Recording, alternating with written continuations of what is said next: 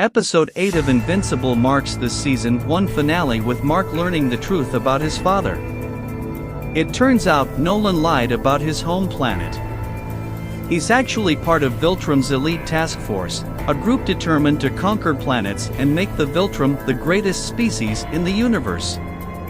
Mark refuses to engage in his father's ideology, eventually resulting in Omni-Man making a bloody demonstration at his son's expense.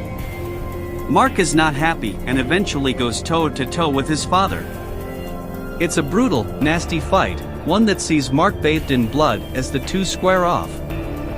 Nolan absolutely pummels his son, leaving him a bloody mess. In doing so, this sparks memories of the past where Nolan watched his son play baseball. Nolan's one weakness seems to be his affection for Mark, and now he starts to understand this too. Instead of fighting, Mark tells his father that he'll always have him when the world turns to dust. With tears streaming down his face, Omni-Man takes off and flies into space. With the world rocked by the truth about Omni-Man, Mark is kept in hiding for now and taken in for treatment by Cecil and his team. The Guardians of the Globe symbolically head back to their base and wipe blood off the walls. In doing so, they unite as a team and start training.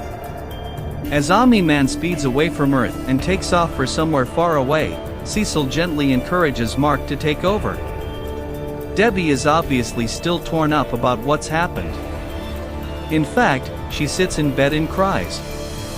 Hearing Nolan liken her to a pet and that she's insignificant has obviously hit her hard. Eventually she heads back to see Art and sits drinking with him, bemoaning her luck.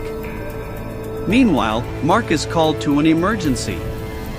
It's Alan the alien. Out in space, Mark sits with him on the moon as the pair discuss recent events. It turns out there's a coalition of planets and they're trying to unite a whole bunch of worlds together to fight back against viltrumites. Will Mark join them? Back on Earth, there's a whole wave of changes coming. From here, a slick montage shows a variety of different heroes and villains preparing for Season 2. For now though, Mark heads back ready to finish high school.